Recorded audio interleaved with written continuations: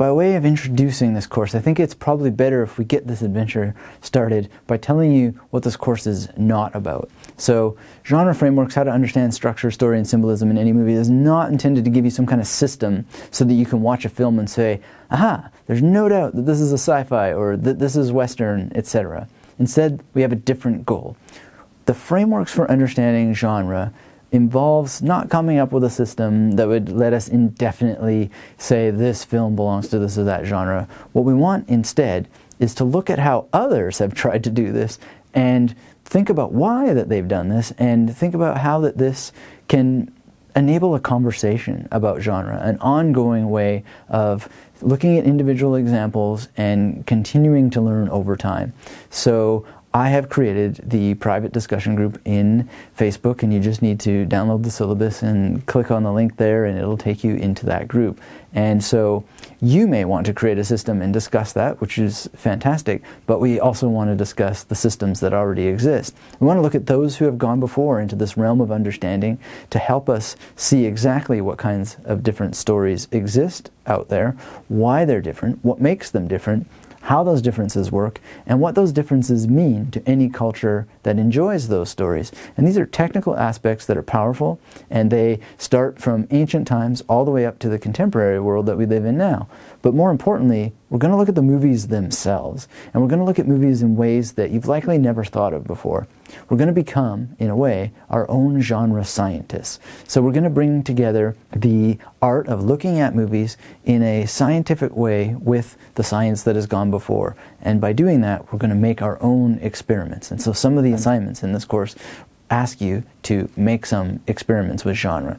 And so a lot of people talk about experimental film, and that's an interesting topic that I'll be covering in a different video course, the idea of experimental film. But I want you to understand now that at its core, all films are experimental, and here's why. And this has very much to do with what genre means. Every time a screenwriter or a group of filmmakers come together, they create a what-if hypothesis about what would happen if a set of characters deal with a particular scenario. And in the script, during the production process, the filmmakers are trying to make a set of story conditions come together to create a flow that works to carry an audience through the story so that everyone comes out at the end satisfied, hopefully. And in order to create that flow, filmmakers need genre. They need frameworks. And this is kind of like a river that needs two banks on either side and a bottom in between. These are geological formations. Without these geological formations, a river is not really a river. It's like a flood or a formless bog, but it's anything but a river, right? There are so many important parts to what a movie is that it's very, very similar in creating this flow that carries an audience through that experience. They need the banks on either side, and they need the riverbed in order to have that narrative water carry them through in a particular way. And there are many parts to the experimental process that all movies have to pass through.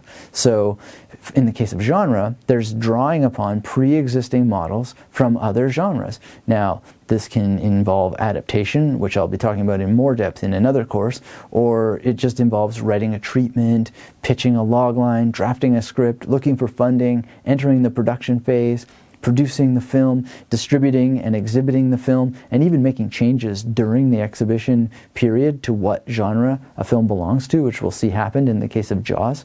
And genre is considered at each step along the way, and always in an experimental way, because no one knows whether or not a film will be a success in advance. But predictions are made based on indicators, and those indicators are almost always linked to what genre that movie belongs to.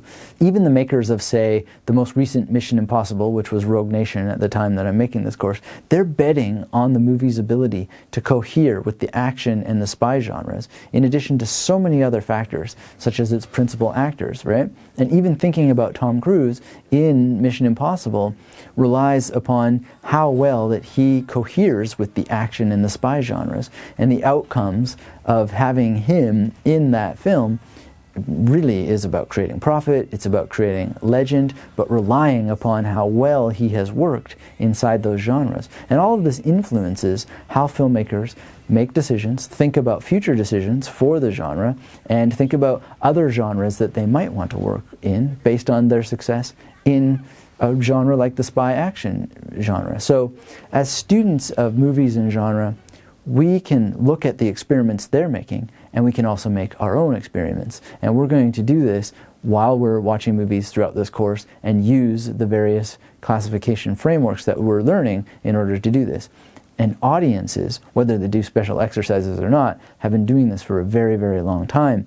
And we are often influenced as fans of movies by the terminology that's not just introduced by scholars, but also by other fans and also by the filmmakers themselves. So in this course, we're going to look at a number of the historical genre frameworks that have been used to classify not just films, but literature, movies, poetry, theatrical drama, and all these storytelling forms have been popular to various degrees throughout history, and they have all had critics and fans who have talked about them using the language of genre. And a lot of that terminology that we use to speak about movies comes from those lineages. So we're going to look, for example, at Oedipus and some of the language around that we still use to this day. And we're going to pick up some of the language that isn't used so commonly anymore and think about that as well, because it's very, very powerful.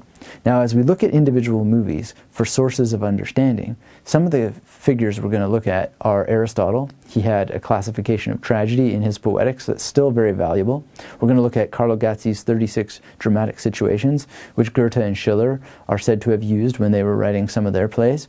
We'll look at structuralist classification systems like Vladimir Prop's morphology of the folktale. Very, very powerful.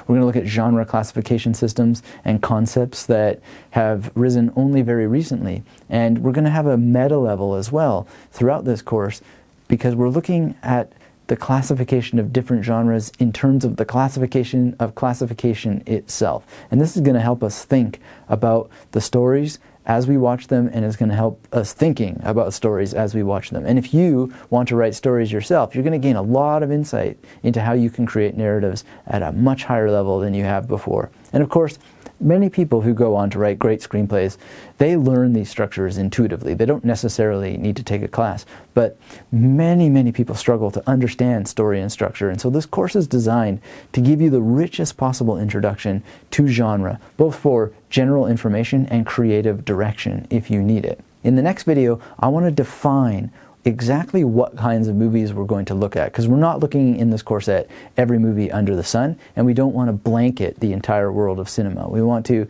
have some focus and really, really be able to think through particular kinds of films. And what we're saying will apply at large to all of cinema, but we'll get more bang for our buck by focusing on specific kinds of films. So I want to talk about what those films are and why we're choosing them.